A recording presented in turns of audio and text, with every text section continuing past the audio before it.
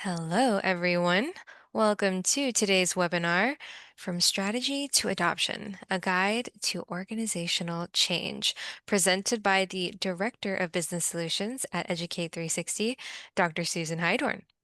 My name is Mariela Salinas, and I will be assisting and moderating our session today. We are in Zoom for today's webinar, and we will be sharing a copy of this recording with you in an email after the session. We do encourage participation throughout the session, so please use the chat or our Q&A option for our short Q&A after the presentation. Educate 360 is so excited to present this webinar today. So without further ado, I will hand it over to you, Dr. Heidorn. Well, thank you so very, very much. Welcome to today's webinar. I am so excited to be here because org change is one of my passions in life. So as I present our webinar, you'll probably hear it in my voice because I do get very excited about org change management. And I've not only taught org change management, but I've been in the trenches of org change management and as a consultant and a coach helping others, as well as experiencing for myself, which I'm sure you all do too. So we are going to talk a little bit about the overview of change. I know a lot of you have kind of read the little blurb, but I really like it. Is change doesn't fail for a lack of a good idea. It fails when people are not ready to work in new ways, to have new thoughts, ideas, attitudes. So that is why org change is so important. And unfortunately, it's one of the things that is most forgotten, or we don't have time, or people will just come. So we're going to talk about some of those difficulties and challenges and some of the things that you can help do to move your organization forward. So we're going to describe the end-to-end life cycle. I'll give you a couple tools to assess change readiness and look for impact, give you at least a couple suggestions. I can't show you a lot in an hour, but I'll try and give you a couple tips. Certainly understanding the need for communications. Communication is key. We always think communication happens, and yet it doesn't. And so for that one momentous kickoff we have about org change, rah, rah team, and then we don't, it's crickets. So how do we do that and get people to adapt to the change? And then we're going to talk about at the end, if you're really interested in org change management, there are some classes certainly that you can take. We certainly offer some, and there's also some certifications we can take a look at. So hopefully you're ready for that journey. So ours is an ever-changing environment, right? It doesn't stand still for anyone. We're in a constant state of change. So I'm curious, and Mariella, you can bring up the poll. What is going on in your organization? What is causing change today? Because it seems to me, I feel like I'm a little gerbil in the wheel and I can't get off, right? Because there's so much change coming. So Mariella just put out a poll, and I'm just really interested in finding out what are some of the changes in your organization that you're experiencing? And just click as many as you want. That makes sense. I'm just curious where most of our change is. So we're going to give people a minute. I just kind of want to see where some of your challenges are. So hopefully you can take that really quick. Okay, anxious to see. I know I've seen a lot of things. I don't know about you, but I've seen some things, and I don't think it's on the list here, but a lot of organizations, the big change used to be Agile, now it's AI. So kind of going through all those efforts too. So we have 21 people. Please, if you've just joined us, put in your thoughts, check as many as apply. What's going on in your organization? Because it doesn't seem like it ever stops. It's like, I don't know about you, but sometimes I just stop for 5 minutes so I can catch my breath, and then we can move on. I don't know. I don't know that that's possible anymore. So I will. Mariella, do you want to? I think people have had enough time. We got good participant list. Just curious. The So do you want to give results us the are in. Yeah, I am sharing the results right results? now. Maybe you can see them, hopefully. Okay, let me see. Share results. There we go. All right. So hopefully you can see this. So a lot of new processes, products, services. Yeah, that's usually a good one. New technology, process improvement effort. I'm surprised not to see that as a bigger area. Reorg, mergers, and acquisitions. That's bigger than I thought. So interesting. New methodologies, new technology. Like I said, AI is becoming popular. How do we, I get lots of questions. How do we, change and adopt a change in an AI environment, because that just is just going faster. Or culture, huge. Wow, 18%, pretty interesting. So it looks like most of us are in that change. So being able to kind of figure out now what in the heck can we do? And the thing is I'm just gonna state up front, there are never enough org change managers.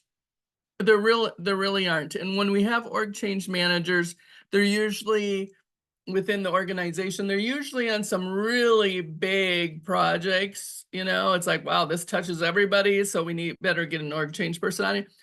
But we do lots of little changes. We do a lot of middle of the road changes, and it's still a change. It doesn't matter if it's big or if it's little, it's still changing to people's ways of working and people's attitudes and what they do, still an impact. And so it makes all of us have to really put on that OCM hat, that org change management hat, and we all should be helping others go through the change. So we're going to be talking about that. It's like, okay, great, Susan. What does that mean? And how are we going to do that? Okay.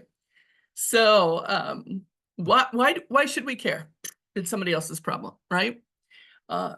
So a lot of you probably work on projects, or even if you don't work on a project, there's change initiatives going on.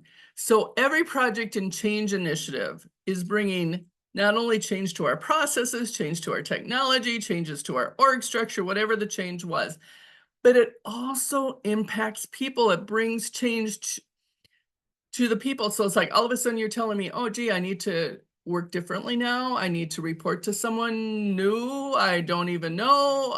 What am I supposed to do now? At the end, it's people. And so that uncertainty, that change brings uncertainty to people. So it might make me a little anxious. It's like, oh, I don't know what's going on. A little confused. No, what's the process? And probably some resistance there. It's like, excuse me, did I volunteer for this? I don't think so. This is just a dumb idea that executives had. I heard a lot of those. So but maybe we didn't fully tell them what the change was, or they only got half the picture, or they did the rah kickoff and then crickets for 10 months. It's like, well, I'm just gonna go do my own thing and they'll tell me when I need to know. So, but that does not help people adapt to the new change and adopt it. And so if people don't adapt to that change, guess what? That whole change initiative is not going to get the value or the outcomes you expected. Because maybe, yeah, we'll throw them through training, but that doesn't mean they remember everything. Oftentimes we think we communicated and we didn't. Well, yeah, everybody just knows. I get that a lot. Well, they should know.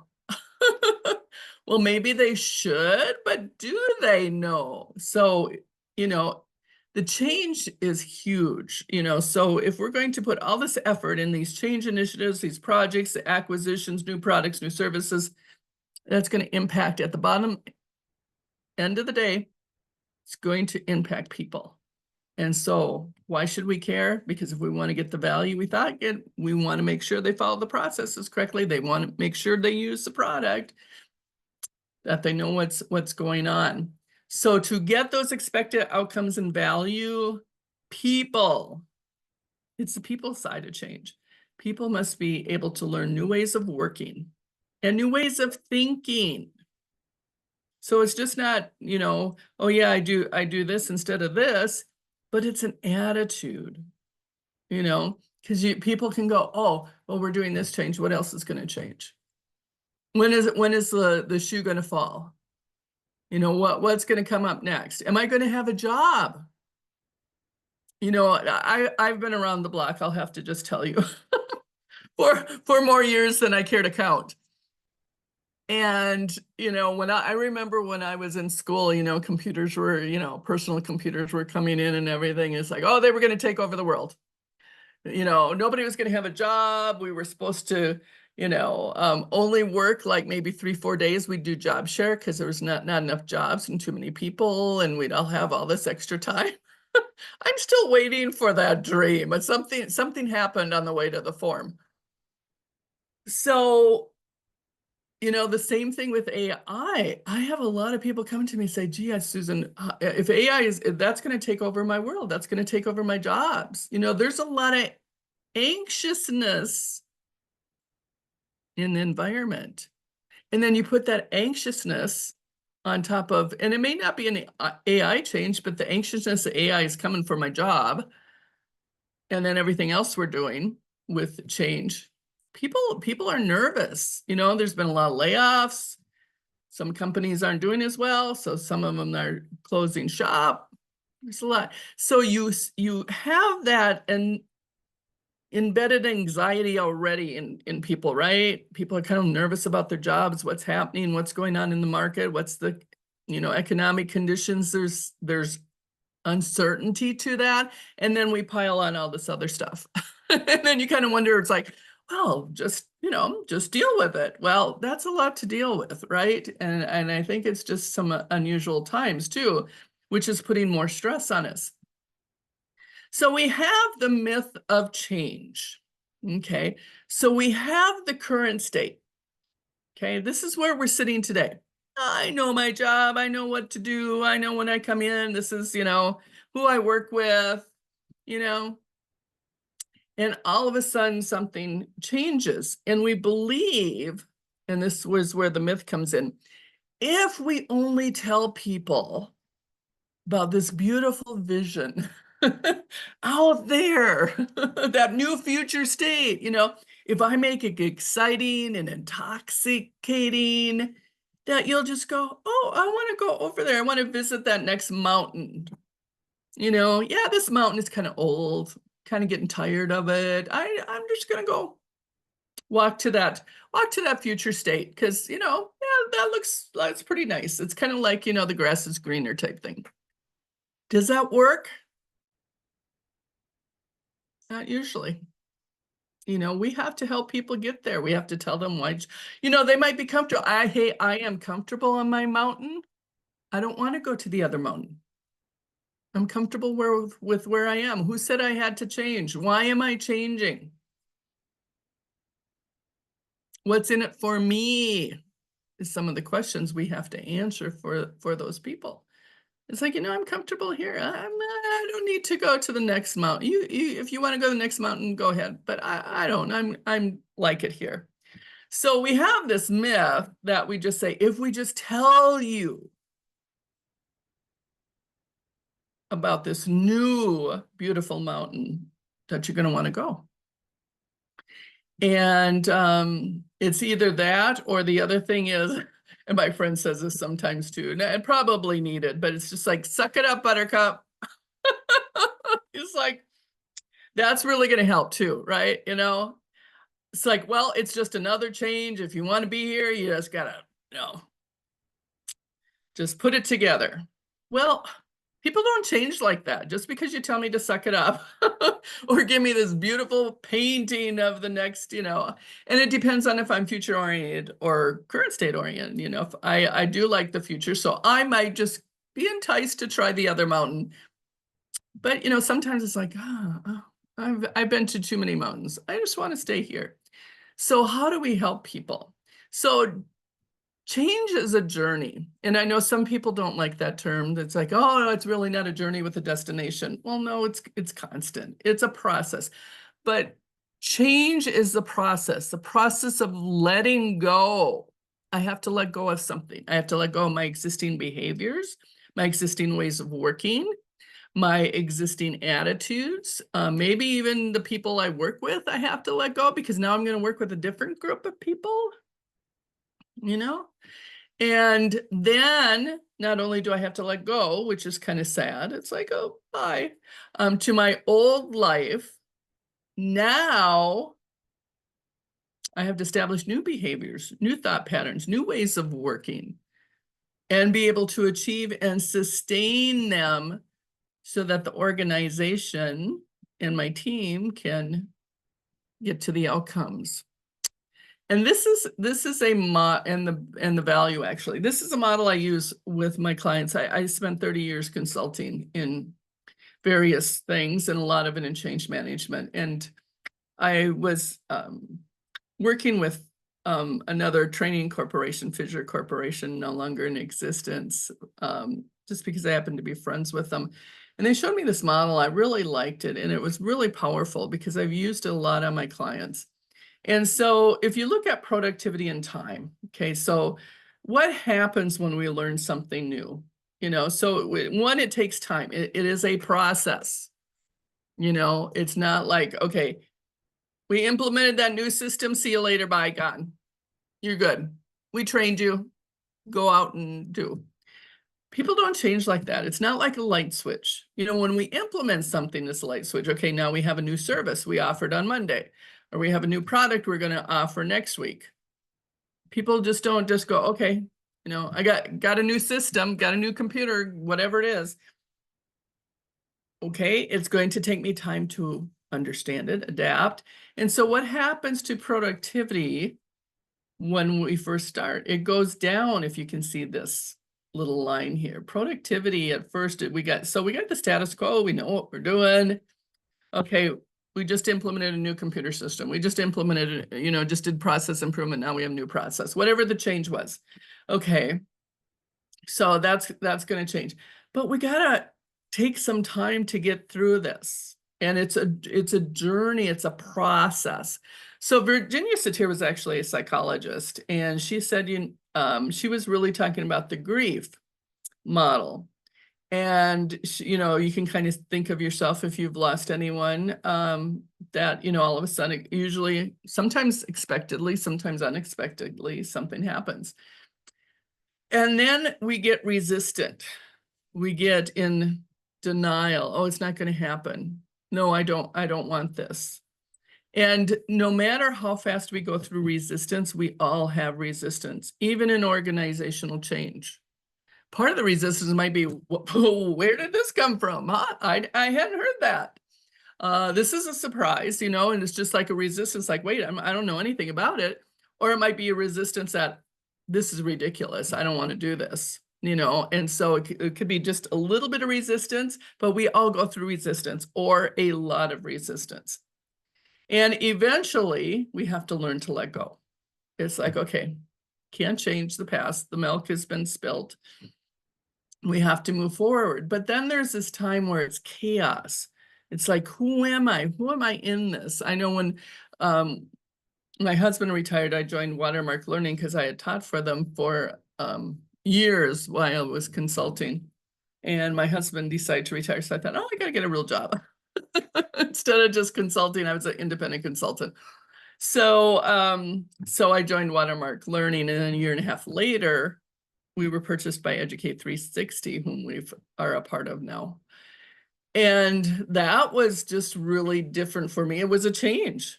I had not been an employee reporting to anyone for 20 years, and all of a sudden it's like, oh, I gotta report to someone now.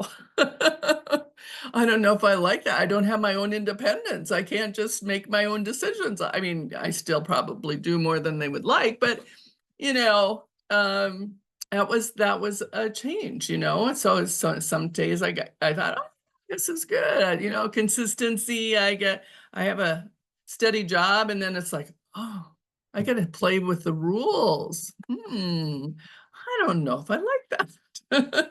And then I have to learn what the rules are. And I've been here, I think 5 years, I've had 4 bosses. So all of them wonderful actually. And so that's been a blessing. But it's just, it's like every boss is different. What are they looking for? What are they doing? So it can be just a simple thing like that, or changing systems, merging systems, all that stuff. And then finally you go, oh yeah, I got a place here. I can put my feet in the sand, I'm good, But then I got to practice. I got to practice till I get to that new status quo. This is what we have to help people go through. We have to help them go through resistance, because we all do it. And some are going to go really quick. Some of them are going to go really slow. Some people don't need much help. Some people will. How do they get to chaos? How do they get to their new selves? People get a lot of identity from work. This is who I am. And now all of a sudden you change that. Not because you were trying to change them, but you were changing their work, and their expertise. Maybe they were an expert on the old system. Now they don't know anything more than the other person. So, they were the go-to person before, and now it's like, well, they're in the mix of everyone else. Kind of, they lost a little face there, right? So we all go through this journey. And the interesting thing is, and like I said, I use this with my clients. I say, where are you? Where are you on this journey? And is when I work with teams, and they go, oh, well, we're all in the same place. And I said, are you sure? Oh yeah, we're all in the same place. And I said, okay. So then I give them this map, and I said, without, doing it anonymous, where are you on the map? Because somebody will go, oh yeah, we're in the insight vision practice, for those people who are thinking their way ahead of it, and everybody's here, and they just will swear that they're there. And so then you give everybody this. And a lot of times if I'm in person, I'll do it on a flip chart and turn it around, and they'll put dots on where they're at. Guess what? Not everyone's all over the map. And they're going, oh, how did that happen? It's because we go through different journeys. We have different things coming at us. We have change in our personal life, and change in our work life, and what all the other changes going on. You just pack them. And sometimes people are going to go slower just because they need to think about things more. There's no right or wrong. It's just understanding this, and that it is a journey. And how do we help shepherd people through that journey and honor where they're at?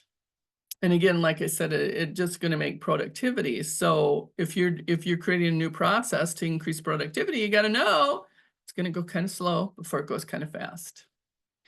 So the speed of change, because we all go through the same process. Some will go through it in a day. Others might go through it in a year. It really depends. The speed depends on a lot of things. One is, what is the organizational capacity for change? Our organization, Educate 360, has gone through a lot of change. And let me tell you, I've worked with a lot of people in our own organization, helping them through the change.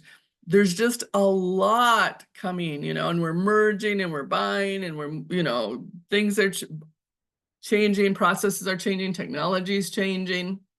When there's a lot, it slows adoption down. And then the personal capacity for change. What else is going on in their lives? Kids are going back to school. Maybe I just put my mother in assisted living. That was a big change. So there's just a lot of personal things that are going on with people that can certainly impact what they're doing.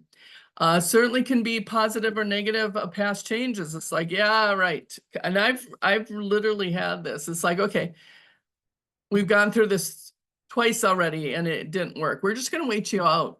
I mean, I literally had a person, I was the third consultant in, they were trying to make this big change. And they just said, well, the first 2 times we waited you out, you threw out the consultant and we didn't have to do anything. So we're just going to wait you out again, because eventually you will give up. Well, management couldn't give up. It was a really needed change. And so I came in, and the guy puts his, I'm talking to a group of key stakeholders, and he moves back his chairs, puts his feet up and says, "You're the third consultant we have in here. I dare you to make me change." And I just started laughing, because the way I don't know why, I just cracked up. And I said, okay, cool. I love it. I take that challenge on. And, at the end, he was my biggest advocate, but I worked with him. I just didn't say, suck it up, buttercup. It's like, okay, what's going on? What are your concerns? Let's talk about them. Let's address them, working with the people to get buy-in. That's going to affect the speed of change, because if you don't get their buy-in and get their trust and work with them, they're going to really dig in their heels, slow down, and they're going to say, forget it. I don't want to do it. So certainly their willingness to support the change, we got to get that. And their personal acceptance. Does this make sense to me? At the end of the day, and I know we're pretty egocentric as human beings, and that's just the way we're wired. What's in it for me? I get the organization, I kind of see that it's good for us, and, we might stay in business, but, at the end of the day, what's in it for me? How's my world changing? And we'll talk about some of that. So then, we also have to get them past resistance, because they can get stuck here. Just like the example I was telling you, they can really get stuck, and it's like, nope, not going any further. This is it. So how do we overcome resistance? And that's one of the things we have to look at too. And pixie dust really doesn't work. So I'm certainly not Tinkerbell. And I have no special dust to blow on anybody to just help them make them change. Faith and trust, though, is kind of helpful. So trusting the person, building that trust to saying, hey, I trust Susan. We'll get through this. Or they, I trust them. So it's really about helping people and honoring. Some people will not need any help. They're good to go. Okay. But honoring where people are coming from. We don't know what else is going on in their lives. So we have a framework here about organizational change management. Now, this is just a generic framework. There's tons of frameworks out there. I would say use anyone that makes sense to you. So I've kind of distilled it into a very simple framework. And so the framework just helps us, especially if you haven't done organizational change management before, just, it's helps you kind of get established, like, what do I do first, second, or third? And so, and making sure people come along. So the first thing is we got to define the change. Then we assess organizational readiness. We plan, it's kind of like a project. It's part of the project. In your project plan, if you make project plans, or in vision, if you're doing Agile, you still have to somehow plan for the change to, and then implement it. And then the big thing that many organizations do not do well, sustain the change. So first of all, we got to define it. Why? Because everybody's going to ask you, why are we doing this?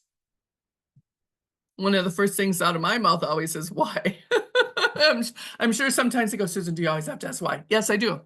In fact, one of my bosses, the second to the last one, said, Susan, what do I need to know about working with you? I said, I will do a lot. Just don't tell me what to do, ask. And I said, I need to know the why. If you give me the why, I'm probably 100% with you. I need to know the why. Other people need to know the why. Why is the change needed? My organization went to define and implement. Now we're planning and assessing org readiness. So why is the change needed? What problem are we solving? What opportunity did we want to take advantage of? How is it going to affect me? Why do we need to do this now? We've got lots of changes going on. Can we just wait a little bit? What's the risk of not changing? You got to give people this information. And it's not just as in old days, we just say, well, this is what we're going to do. Too bad, too sad. If you don't like it, we're doing this anyway. People just want to know it. Sometimes people just want to know why. What are the benefits? It's just simple. And we have to know too, because as we're leading the change effort, We have to know why. We have to be able to explain it to people. Because if we can't explain it and we don't know, it's not going to help them either. They're going to go like, well, if you don't know and you don't have buy-in, I'm not going to go there. The other thing we need to do is assess organizational readiness. Is the organization even ready? Are the people ready? So that's kind of two different questions. Is the organizational or the organization ready? How many changes or projects do you have all at once? Are they competing against each other? Are they dependent on one another? You know, are they impacting the same team? and the same team is like, I know, please stop. I want to get off this merry-go-round. You know, and then are the people ready? This happened. This wasn't my experience, but a colleague, and happened. It was telling me the story, and they were helping an organization go through org change, and they were in the office and they were going around and they couldn't find this one person, and it happened to be a she, but she was crying underneath her desk. She said, I can't, you know, putting in long hours. She said, I can't take it anymore. There was just, and she had a lot of change going on in her personal life as well. But she was just like, I can't do this anymore. You know, and so are the people ready for change? You can't plow your way into something, and you can try, but you're not going to get the value and the outcomes unless you bring the people along with you. So some of the things, and these are a few tips if you've never used them. I love the force field analysis. This is Kurt Lewin's work way back when. But it's so simple, but so elegant, you know, figuring out, have a conversation with your team. What are the forces driving us to the change? What are those change drivers of why we're doing this change? And then figuring out, okay, what are the forces that are going to kind of hinder us from the change? So you've got competing forces all the time on a change. The ones that are saying, hey, we need to go ahead. Others say, I don't think so. Then you usually rank them like 1 to 5, saying how big is this? How big a force is this, or how whether it's a driving force or a hindering force.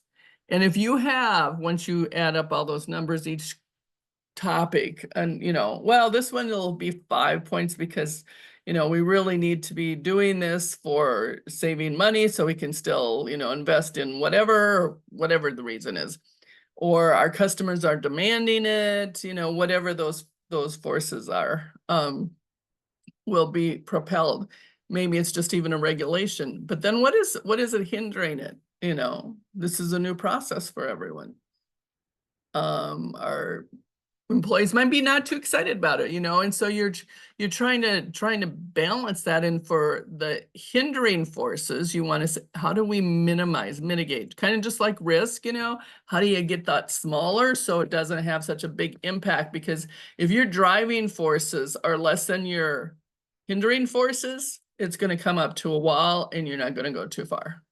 So kind of figuring out, how do we leverage what's driving us? How do we mitigate what might be hindering us? So that's just the force field analysis. And then surveys are always good. You just have to make sure that there's kind of a, yes, you have to do the survey.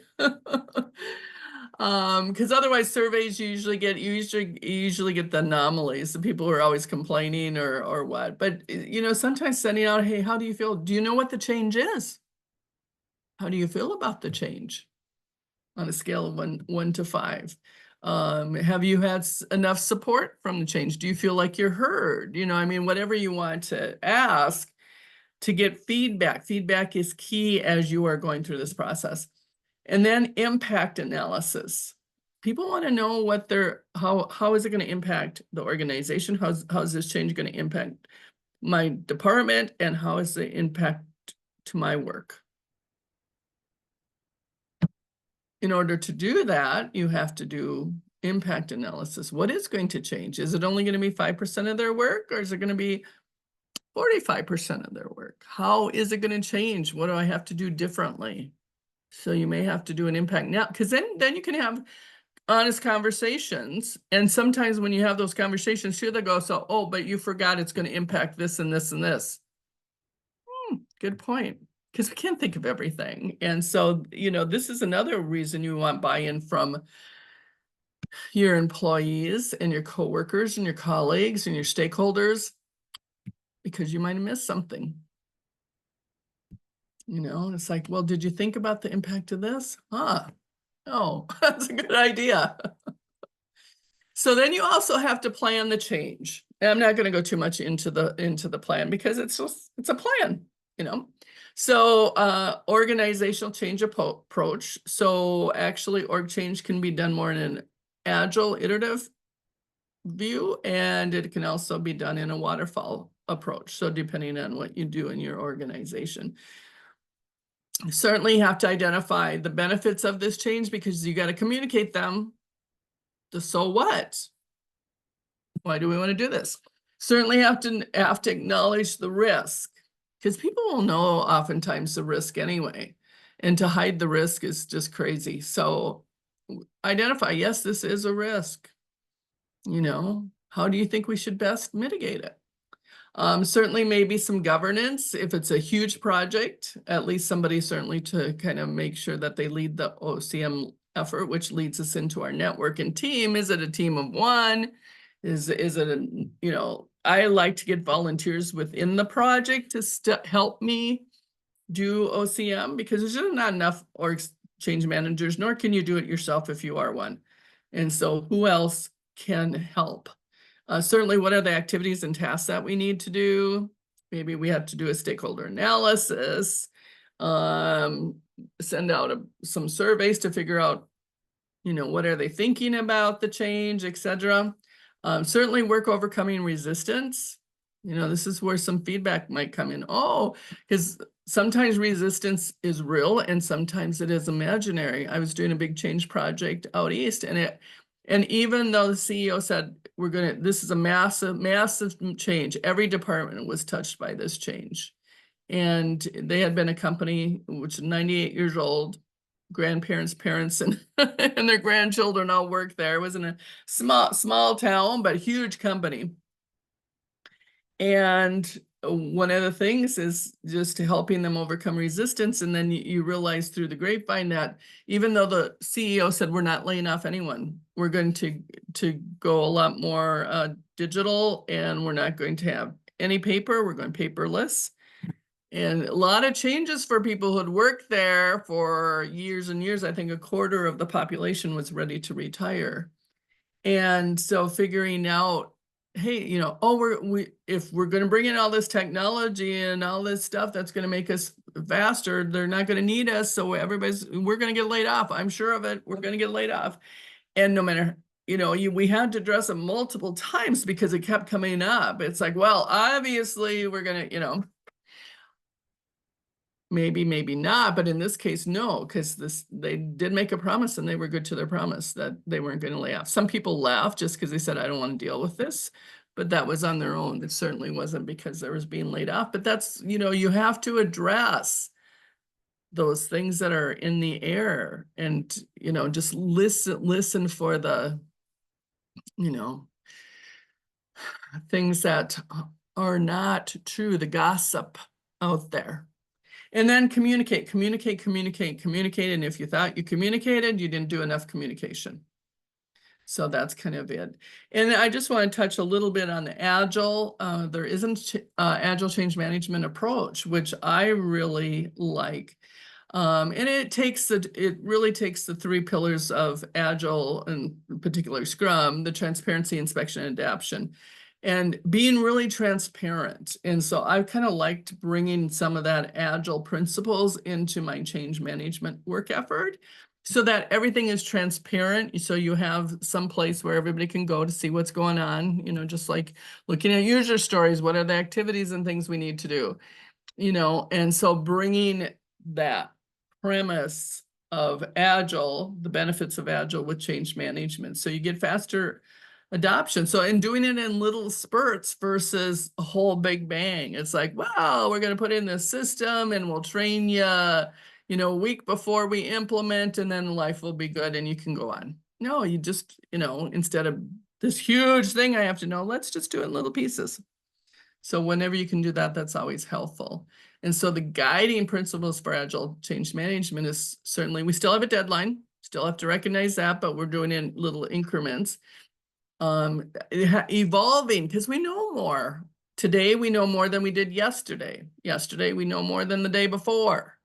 Things evolve, you learn. The whole thing about projects is that they're unique and we've never done them before, right?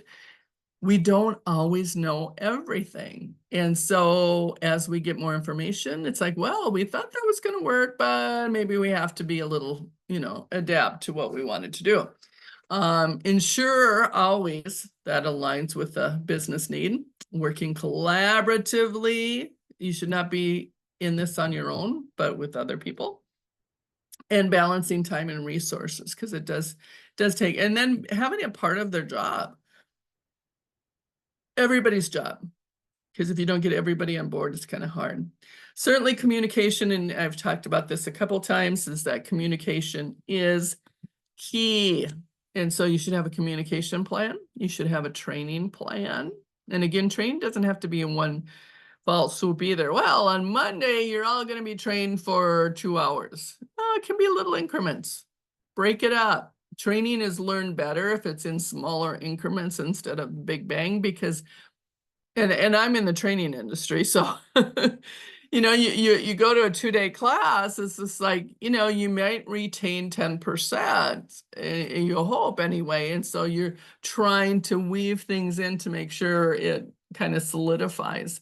But it doesn't mean that you only have, it's one and done. And then certainly a feedback plan. How are you going to get feedback? There should be, how do you get the information? How do you respond to the information? Because if it's just one way and people just give you feedback and they hear nothing, guess what? They're not going to give you feedback.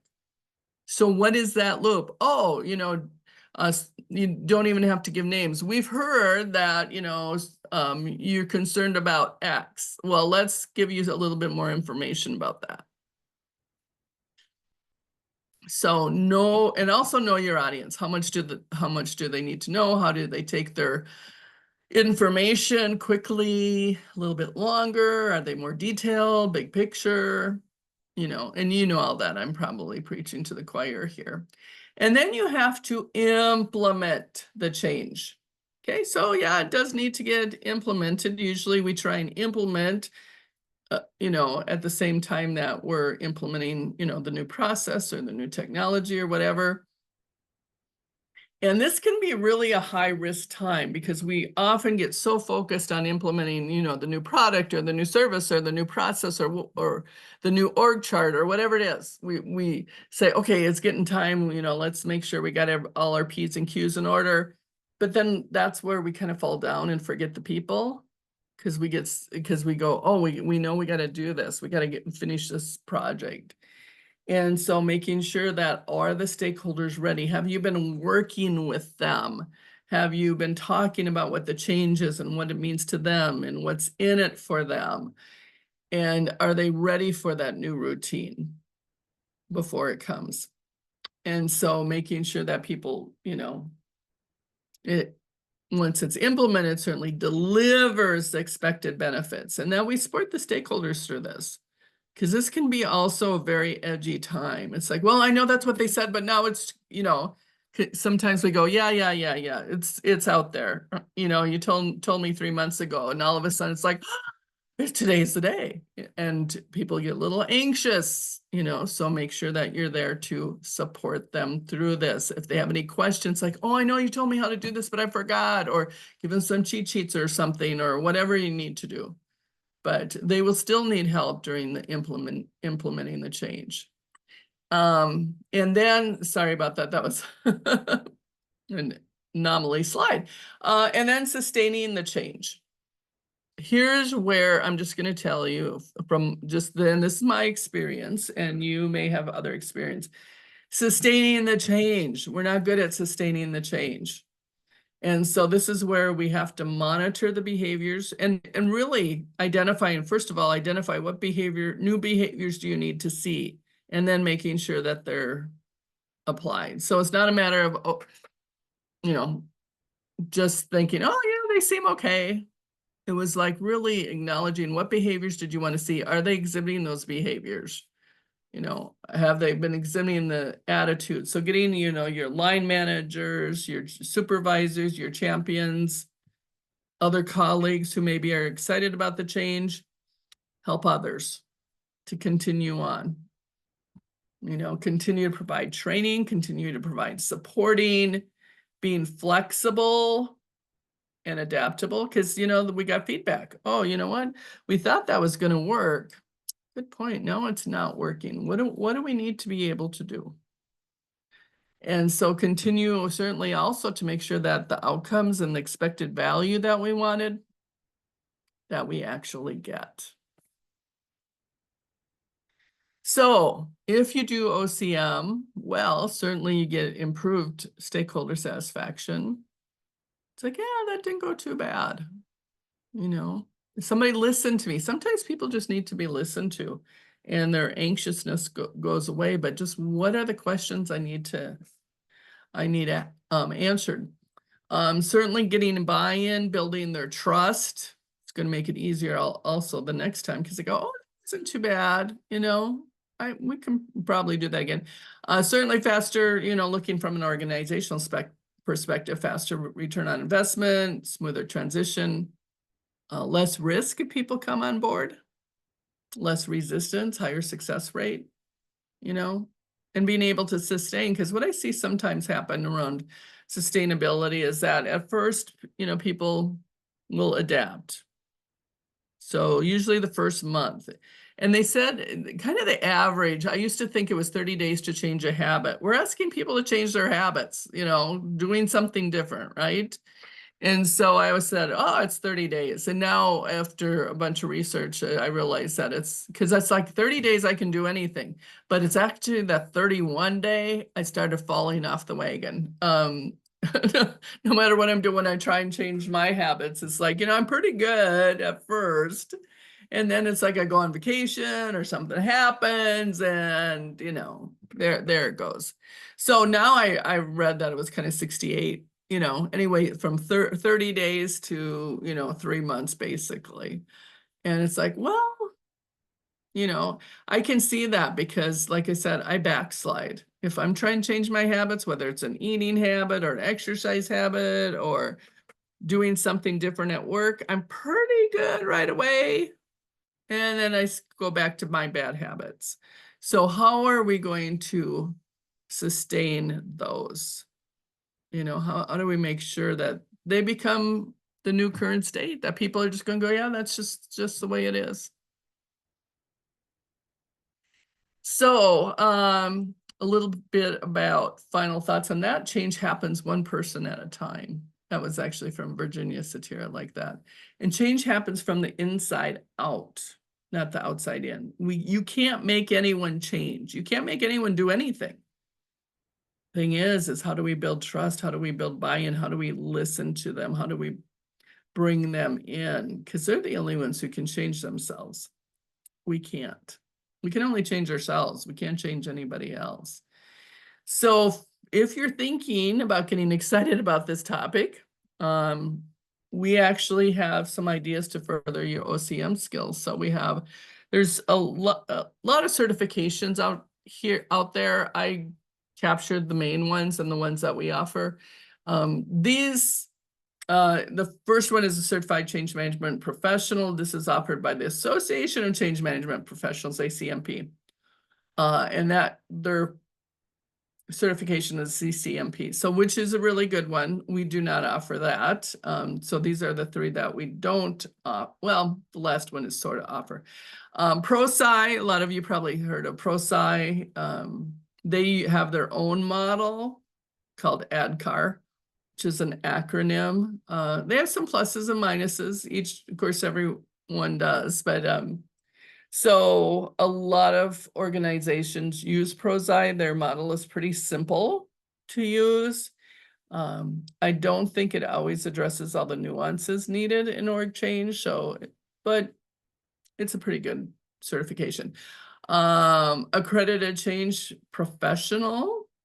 is from the Change Management Institute. And I'm going to say a little bit more about that because we have the APMG version of that. So I'll talk about that in a little bit. There's also Agile Change Management Certification called the Agile Change Agent. And this is where, again, you still have a deadline and time, but they break up those change efforts in smaller amounts, smaller iterations, so people can absorb it and don't have to do a Herculean effort to learn everything at once. And then making sure that each iteration has outcomes. What do you expect to see? What are the new behaviors you expect to see from people? What are they doing differently? How are they talking differently? How is their attitude shifted? And then certainly what are the processes to get there? So we do offer this, which is it really, I do like her stuff. It's Melanie Franklin's work. And then the Change Management Foundations and Practitioner, which we do offer. This is actually in partnership with the Change Management Institute. So if you recall this one, the Accredited Change Professional ACP is actually a combination. If you take the Foundation and Practitioner exam, you do get your ACP. You get that certification. So it's kind of in combination of APMG kind of has broken it out into both foundation and practitioner. And foundation is more of a basic level, knowledge level exam, usually, about 40-50 minute long. And then the practitioner is really how to apply it. And that's more like a 2.5 hour exam. So kind of bringing them both worlds together, but it is in partnership with the CMI. So with that said, we do offer org change classes. So we have a 2-day org change management class and some dates coming up there. Also resilience to change, if it's just about how do you or someone else is become resilient to change, because in this fast changing world, it gets crazy. And then I did put the list of certification classes that are coming up. So with that said, I think I have a few minutes to answer any questions that you might have. You can put it in the chat. Or Mariella, have you seen any in between times? Hey, yeah, I will go ahead and give our audience a minute or two to throw any last minute comments or questions. We saw a question just about the recording. Yep, you will absolutely be able to get access to the recording. You will not be able to download it, unfortunately, but thank you so much for asking. Craig mentioned that their org just went from define to implement, and now we're planning and assessing org readiness. Yeah, sometimes we kind of tend to do, oh yeah, we forgot to do that. We better do this. Yes. Yes, indeed. It happens. It definitely happens. But alrighty, I think that will do it for us today. Be on the lookout for that email after the webinar, and if you missed out on any part of the session, we'll also follow up with some of the course info as well. So if you have any more questions or want to explore a little bit more, please do not be afraid to visit us at watermarklearning.com, and we will talk to you very soon. Right. Hopefully. We'll see you soon in the classroom. Thank you so much, Yeah. Dr. Heidorn. Fire ready, aim. I love it, Craig. It's so Isn't true. that true of so much? Yeah. Yeah. The best. Have a Alrighty, great everyone. day. Thanks for joining us and have a great rest of your week. Bye, everyone. Bye.